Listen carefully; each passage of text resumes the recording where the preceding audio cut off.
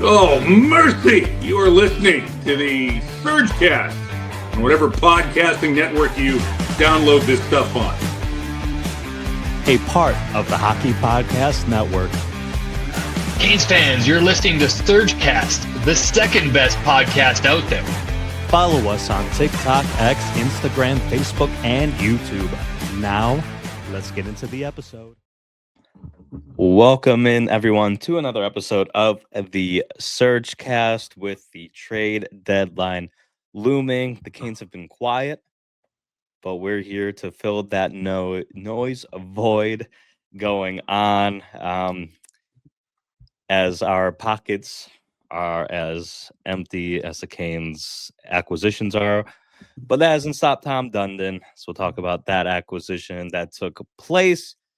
As always, likes and dislikes from the past 4 games and previewing the upcoming games as well. Kat, we're 4 games into the post-Olympic break. How are you feeling about your Carolina Hurricanes? I kind of love it. I feel like we haven't missed a beat. The players that played in the Olympics playing just like they got a new goal in front of them, and the players that weren't at the Olympics are like, hey, we've been waiting to play, and I mean, maybe we didn't make the Olympics, but we're going to show out. So I have not been disappointed, especially with how our second line has been balling recently. The second line has been buzzing, and we'll get to them in a moment. But first, man, what a life to be Tom Dundon, huh? As today he sold 12.5% of the Carolina Hurricanes. That 12.5% of the total value of 2.6% or 2.66 billion, which the way that read confused me. I thought the Canes were worth like 25 billion. I was like, or 25 billion. I was like, oh my God. Not the case. Total sale comes out to around 330-ish million. 3 new minority partners. Their identities were concealed. But how about Tom Dundon recouping about 75% of what he bought the Canes for, which is $420 million back in 2018. I know he just bought the Portland Trail Blazers not too long ago for a lot of billions of dollars, so he needs to recoup some money. Must be nice to be a billionaire, huh, Kat? All I have to say is, help me, I'm poor. Yeah, interesting problem to have is, wow, I have less billions than I had the other day. Let's make some of those back. So I think it's interesting that the new stakeholders are minority or like anonymous. I think that's really interesting. But otherwise, I can't focus too much on it. I'm going to focus on the boys on the ice because the stuff that goes on behind the scenes, again, all I can think of is, help me, I'm poor. Well, I think of justice for Duck, but that's not for this episode. But we'll see how that continues, if there's any impact, again, with the entertainment district development over the next decade or so. We did get to see the view bar. We'll touch on that quickly if you want. I liked it more than I thought I would. It's very tight between the bar and the glass overlooking the ice. I would have wanted more room there. Overall, I was somewhat surprised in a good way of how it turned out. Yeah, I like it. Is there only going to be one? Is there supposed to be another one, or is only that one? Only that one. Mm. So that was the first part. They're still finishing up other stuff in the 300s, and then the seats that Kat and I currently sit in, really every single bowl seat impacted the summer. It'll be interesting to see how the lower bowl turns out as well. But those are summer issues. Right now, Canes have some things to figure out in terms of the trade deadline. I can't do the math, but I think we're about 19 hours away as of this recording from the NHL Trade Deadline. The Canes have been church mice, there's the phrase, church mice silent in this trade deadline, which, especially considering how the Canes have been so aggressive the past 2 years, I'm shocked. Are you not, Kat? I don't know. I'm an in-between because, again, like the way we're cruising this season and the way we face adversity with our line that we have is like, I think it's a lot of confidence in the team that we have. But if you also look at the trades that have gone around, there hasn't really been a lot of big splashes. There also haven't been a lot of, I mean, like Robert Thomas is like what the one big name that everyone is throwing around, but there's not, besides him, there's not a whole lot. So I'm touch on those guys who have been traded as and you'll recognize some. recording. Yeah, you'll recognize some of them, which is like there are a lot of some former Canes that just kind of bounce around a little bit. But like the Senators, okay, so on March 5th, the Senators acquired Fogle. Everyone remembers Warren Fogle, big kind of. He was like what's a good description for him? He was a Jankowski. He was a Brock McGinn. He was just a kind of put him wherever he thrives in the chaos kind of guy. But yeah, the Senators got him and a 2026 third round pick. And then the Kings acquired a 2026 second round pick and a third round pick for 2026 as well. Just kind of fine. He's just bounced around through a couple of teams. He's kind of that guy, like a utility player you can put anywhere. Then you get the Stars. Here's another former Cane. Michael Bunting's now a Star. That guy is also a traveling piece. And he's just going there just for the Preds to receive a 2026 third round pick. So it's good for Dallas. Doesn't really matter for Nashville. Again, it's another utility guy who can create some sparks, but he's not like a super big player. We saw what he did with Carolina. We've seen what he's done other places, but he's not like a super big game changer.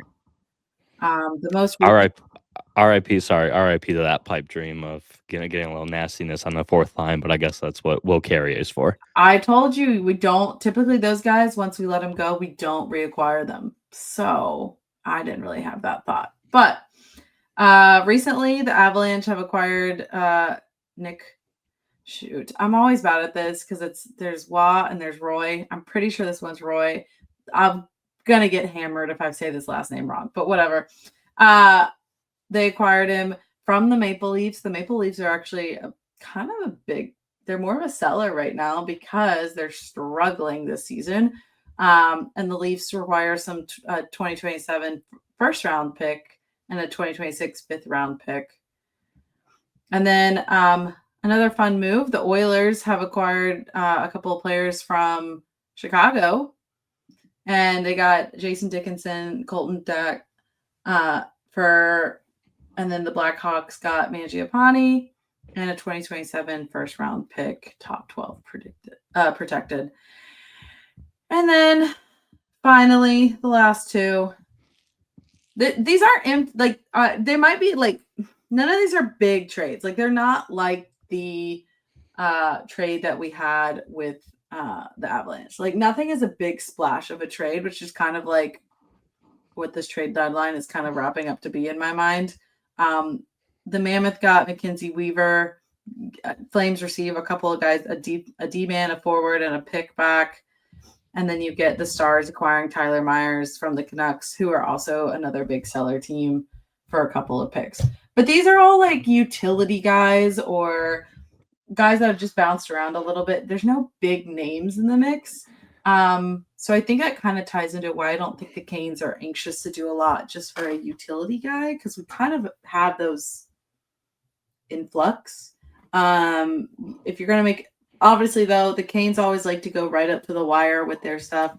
So I'm not surprised that we haven't done anything super big. Overall, this trade deadline is kind of boring. That's what tomorrow or today, when we release this, is for. Canes have been linked again to Robert Thomas, Vincent Trocheck, and now with the Panthers not being able to three-peat, Bobrovsky as well. So we'll see if any of those moves could happen. And then I want to point out, Zach thought it was crazy bringing up Bob last time, but now it's a legitimate like, oh, maybe. Mm-hmm. So I just want to point that out there. I still think Trocheck, I like the idea for him because, again, I don't think New York, I don't know what they'll ask. I don't think it's going to be a crazy ask. I think there's a lot being asked for Thomas right now because he's a good player and he's probably the best one being up and available right now. So a lot of teams, like whatever's available, the best of what's available, people are going to go for. And that's him right now. So If I had to pick between the two, give me Vinny, because you get something, something that works, something that doesn't disrupt the team. But anyway, just wanted to point that out because that gave me such a crazy look when I brought up Bob last time. So You left Zach speechless, which is hard to do. Also, point to note, if the Canes really did take a big swing, Matthew Nyes is also apparently out there. There's rumblings of that per Elliot Freeman. I know the Canes had an idea, took a look at him when he was an RFA this past offseason. Obviously did not pull the trigger on that. Likely a massive cost to trade for a guy like that, but the Canes are swinging for the fences at the trade deadline. That's another guy that I could potentially see. Moving on from that, though, if any news breaks between now and the end of the podcast, we'll see what happens. I doubt it. For now, likes and dislikes from the past 4 games. Your Carolina Hurricanes have come out of the Olympic break buzzing, winning 3 of the past 4 games. And let's start off with that Tampa game. Kat, you and I were there. I'll start off with my like, and that is not giving up when you blow a multi-goal lead, which when you look back to those December, January games, you felt the momentum just going in the wrong direction the entire time. The Canes held down, though, and they got the win. Mm-hmm. And I would say my like is, I agree with that. I also say my like is converting on the power play to put yourself right back in there. And honestly, the production, on all 3 lines. You got production on all 3 lines. Guys are ready to go against a top opponent. You stun one of the top teams, the other top team in the East. You kind of stun them to start. They're a good team, though. They're gonna crawl their way back into the game. They did that, and I think the Canes are having major flashbacks. But I love that you just come right back into it, and you're like, no, we're at our home ice. This has happened to us before. We know you're a good team, but we're a good team, and we're not going to falter.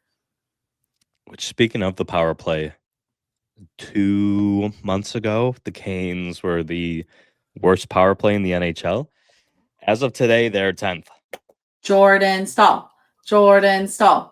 You'll hear me. The moment so sometimes when they lose the face off and they go back and they take him out and they put someone else in, I'm like, this power play is not going to be as good. Because the moment that man steps in front of that net, magic happens. Whether he gets the tip or not, he's just put his giant frame there. Like, that was Aho's, literally his power play goal, because Jordan Staal was there. Literally, he was ducking for his life. But it literally, because he was there and made chaos happen. Who knew that the answer to our power play was Jordan Staal? Not me, but I'm happy about it, and I will yell, keep him on the power play for as long as possible. He can't retire anytime soon because he's actually been our success to our power play. So, sorry, Jordo. Well, Canes will have at least one more year of him after the season. But a dislike, to your point, you have to step on people's throats when you go up 3-0 and keep your foot on the pedal. And just the Canes seem like they can't do that. So, again, like, momentum shifts so quickly, especially, again, when it really matters in the playoffs. Would love to see the Canes be able to just do what they did against the Florida Panthers. That 9-1 thrashing, that is exactly what I want to see every time. Maybe not 9-1, 5-1, 5-2. Don't even make it a game when you get out early on these teams. It is definitely a weird season, and I've said this before, as previous seasons, we've been such a comeback team that this season we have so much firepower, we can get up ahead, and it's like they don't know how to play with the lead because they've never really, seasons before, we haven't really done that. So, again, it's a good problem to have, but something they do have to figure out, especially when it comes to postseason. Yeah, and as you move forward to that Detroit game, a little bit similar vibes as you headed into the third period with a late goal in the second to make it a 3-2 game with the Canes leading by 1. But my like from this game is especially Jackson Blake not allowing a mistake to get to him. He had that turnover that led to the goal by Patrick Kane. near the end of the second period, and you kind of thought, oh no, here we go again, twice in as many games. But this group doesn't quit now, which again, I am very proud of that. He got Jackson Blake specifically, my boy JB, the assist on the ghost goal. He got his own goal as well to make it 5-2. So for him to bounce back like that is things I love to see, that resiliency that exists on this team. Yeah, and you also got to think that as a positive, that was actually a pretty good game for Freddie. Like, that was a good game for Freddie, and you want to see those glimpses from him. I know that's why he got the back-to-back starts, because you want to get him going. Like, he has had it's been a difficult season, and especially when you've got this, like, quote-unquote rookie of a goalkeeper just playing lights out, and you're having a trouble, like, getting back into your normal groove as a goalkeeper. But you have to be, because you're both in it together. There's no one else. It was good to see him kind of bounce back in that game and kind of hold the fort down. You love 2 wins coming out of the Olympic break. The one loss so far, though, on this stretch, as the Canes have moved into their West Coast trip. We know these West Coast trips always have a little bit of weirdness to them, which took place in the 2-1 loss versus the Seattle Kraken. That's specifically shots on goal. What a game by their goal. Canes got goalied. They didn't play a bad game. They simply got goalied. I'm gonna say that game, that was Joey Decker. That was Decord. That was his game. It was literally his game. Like, I can't be mad at the team. We're a team that traveled. I think we played well. We had crazy amount of possession and time and shots, and you honestly got goalied. And you didn't get a power play to you until like the last minute of the game. So like nothing. Like the Canes couldn't have gotten anything else except they were up against a really hot goalie. I didn't even think Freddie played bad either. It was just, that was going to be one of those ones you just lose. And it's not an upsetting loss. Because it was like one of those ones where I think they even said, like, it's one of those games where you go out there and you play great, but you get goalied. Yeah, I want to make sure. Yeah, even Rod Brind'Amour said, I thought we played well. Mm-hmm. So for Rod to say that in a loss, like, those are the type of games you like to see where you just don't get the bounces, you don't get the calls, and you end up getting goalied. Sometimes you lose those games, but the effort is still there, which we've talked about all season. Is as long as the effort's there, you're okay with a loss like that to the Seattle Kraken. Mm-hmm. Hope you. Go Go ahead. No, No, absolutely. no. I was going to jump ahead. No, go ahead. I was too. So go ahead. Oh, perfect. Hope you bet the over on the game last night with the Canes and Vancouver Canucks. Ehlers gets a hat trick. Wasn't too happy with it, but I mean. Oh, okay. I'll talk about this because don't listen to him. He was actually asleep during this game. I just saw the highlights, but I saw Ehlers wasn't happy with his performance. So I like that. I like a guy that scores 3 goals that wants to say he needs to play better. As you notice, I am currently constantly yawning and look very tired because I did mostly stay up for this game as well. I fell asleep a little bit in the third, which was a scary feeling because it was 5-3 when I fell asleep, and I woke up and it was 5-4, and we were hemmed in our own zone, and it was like waking up to a nightmare a little bit. But no, that game, I would say my like of that game is that was a chance where they almost could have gotten goalied again, because before, like, I think he got pulled, but that's only because the Canes figured him out. Like, he was having a great first period, and he let his team go up 2-1. And then you get to the second period, and the Canes found the sweet spot. Walker was able to find that high glove side. Ehlers did the same. Aho's little cheeky little remark from him where he had to get Jarvis's pass from 3 feet in the air, and he got his own little cheeky backhand there. And then Ehlers is like, you know what? They pulled the goalie. I'm going to try short side and change it up. And then he scored his second of the night. So, like, those very quick 4 goals where the Canes were like, we figured this out. We're not going to make the mistake we made with the Kraken. We're going to run this goalie off so that we just can go on cruise control. And even when there was a couple of goals coming back their way, I love that they powered through and got that empty netter. I can see why Ehlers thinks he didn't have the best game, but if you have a player putting up 3 and he doesn't think it's his best game, what a competitor, honestly. Here's a question I want to bring up to you because some folks have talked about it. Are you at all concerned with Brandon Bussi? He's allowed 4 goals in both games he's played post-Olympic break. Is there any concern there? I know people have also mentioned the Pyotr Kochetkov style of playing the puck and his passing at times and being too aggressive going after the puck. Does any of that concern you? The short answer is no. But to break it down, Brandon Bussi playing the puck has not come back and bit us in the ass yet. Not every goalie is good at playing the puck. Is his a little suspect? Yeah, but so is Freddie's, so is Piotr's. Most goalies aren't actually good at it. There's a couple that's their skill and their strength. But you can't expect that from every goalie because it's honestly, I think it's more rare than it is common for them to be good puck handlers.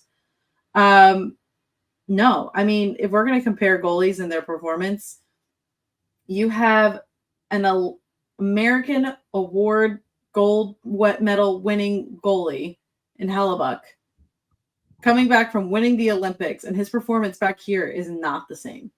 His record is not the same. But if you find a way to win a game, what does it matter? Bussi does that. Like Bussi, I will say, was his game last night the best game I've seen him? No, but listen, look at how many wins he's gotten and how many starts. He's breaking records. He plays phenomenal. He's gonna have an off. Every goalie has an off. I know we're used to him playing so well, but every goalie's gonna have some sort of off night. Even Tripp was like, he doesn't look comfortable tonight. Like he's a little bit.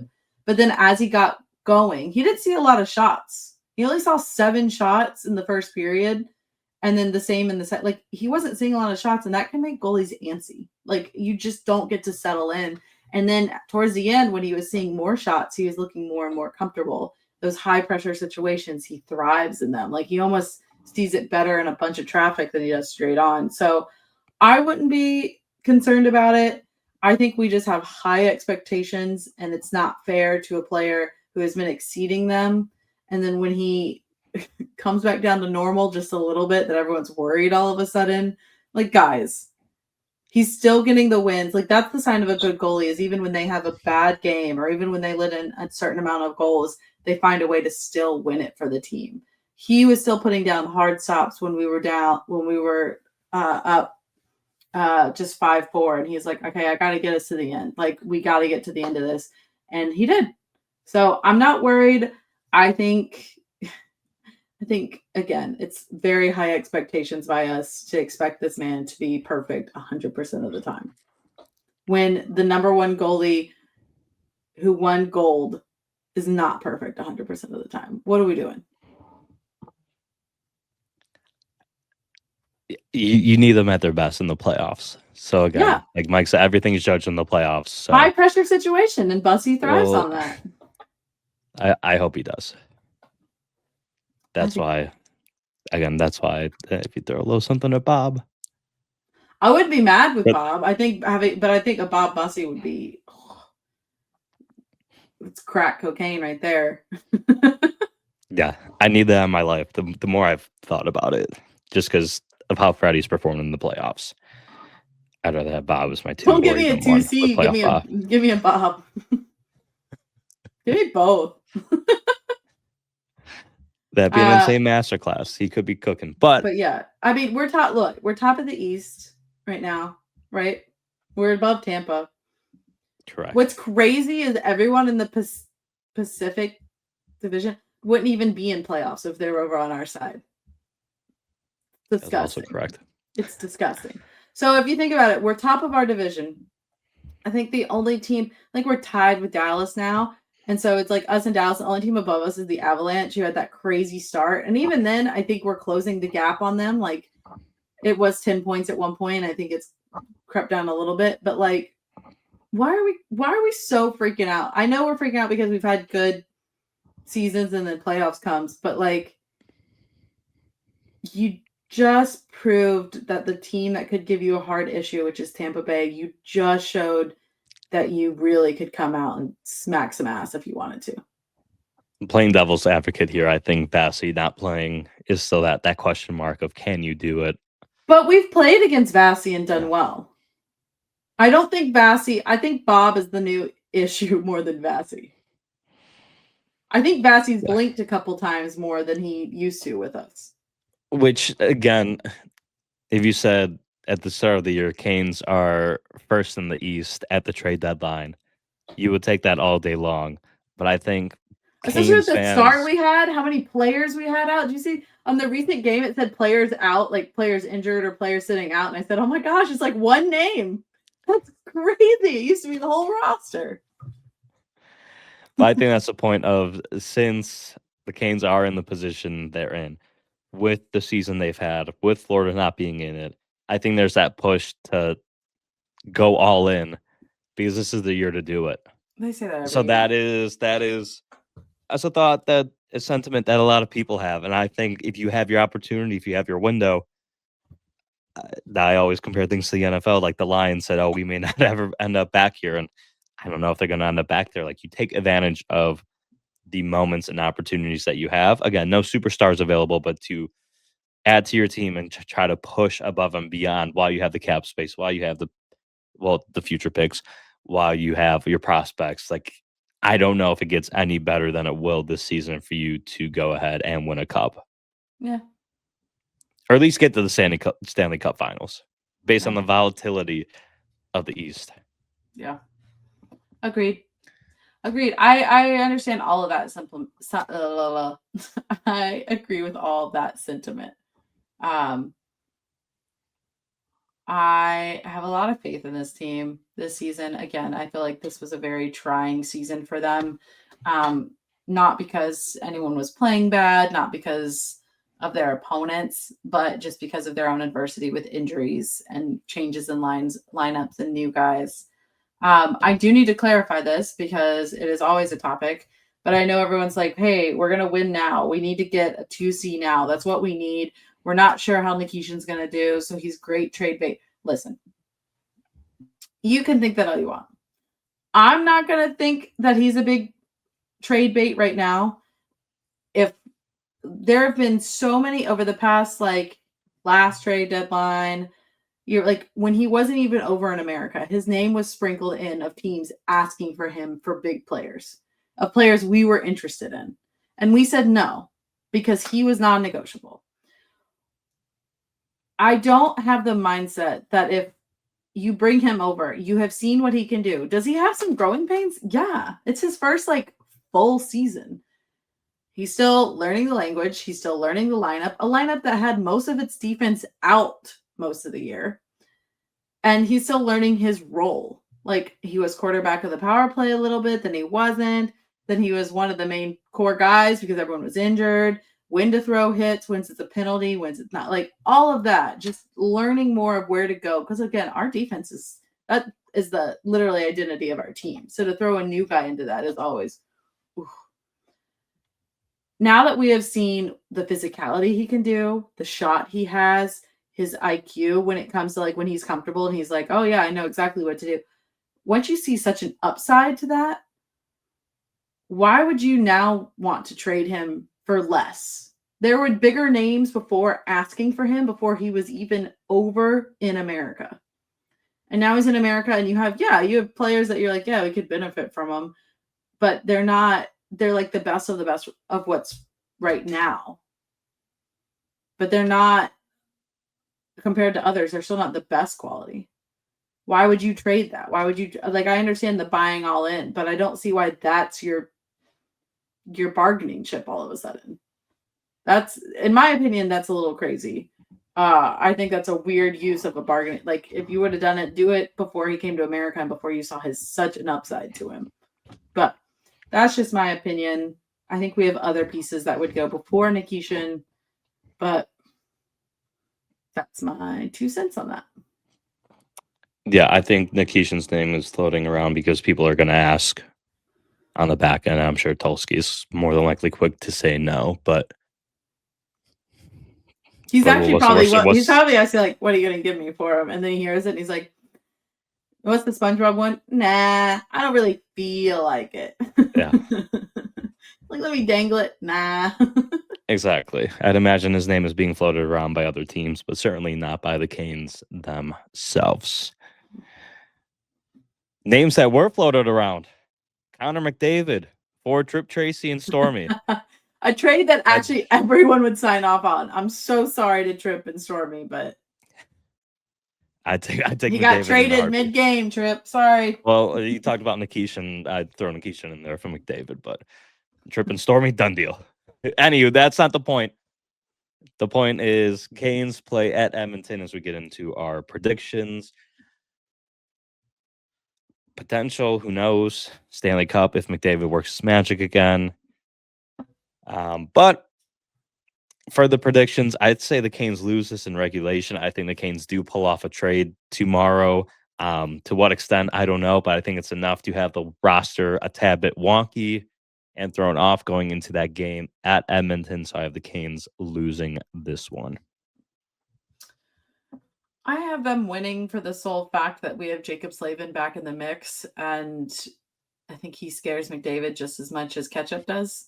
So I'm going to give them a win. I think it'll be a hard fought. Well, it kind of, again, depends what Oilers you get. But I see them winning this one. Just because they're kind of riding the high of the Canucks, because of who they're playing. Everyone wants to play their best. They don't know what the next thing's happening with the trade deadline. I do think the trap game is the following game with the Flames. I could see that one being on the back-to-back, and it's not a good team that we fall apart a little bit. I see them killing that team. I think whoever the Canes add will be playing in that game, and while they won't know the system, I think the Canes are extremely juiced. You think they'll get to them in time for that game? Well, because the trade deadline's at 3 on Friday, so by Saturday at 10, I sure hope that man has made it to Calgary by that point in time. I mean, I don't know if they 28 hours for travel. I don't know if they would send him up there, or they would just meet him back at home. But I don't know. Depends. Rantanen went on the road trip with him. We don't speak that name. I think, unless you say sucks after. I think the trade edition is added for this game at Calgary. Team's juiced. They get the dub. Okay, so we'll see if your team Rich or your team Cat, and see which one. You have this as a loss, or yeah, I said it's a trap game. Yeah. Okay. Wow. I would love it to be a win, but if there's going to be one of those, I would say it's that one, because it's a bad team on a back-to-back. Okay. Then we move on to the Pittsburgh Penguins. A more than likely second round preview. It's gonna be really taking fun place. No Sid with his Olympic injury, so I think that easily gives the Canes the win there. As good as Malkin is, not having Sidney Crosby completely changes the dynamic of any team. They have, though, I will say the Penguins, even without Sid, have been playing extraordinarily well.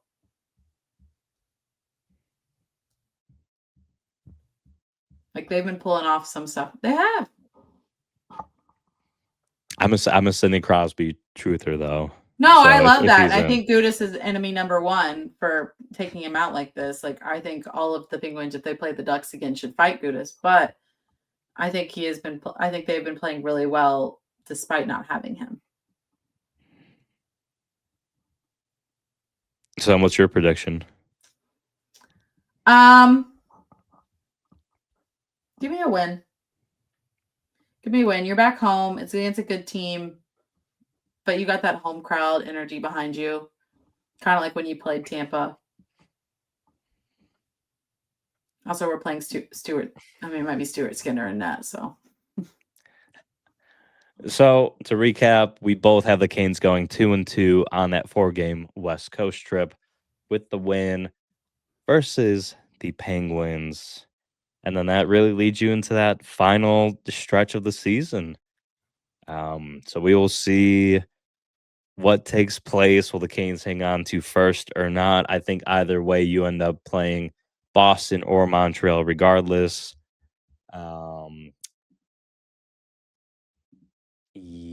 Yes, I think so.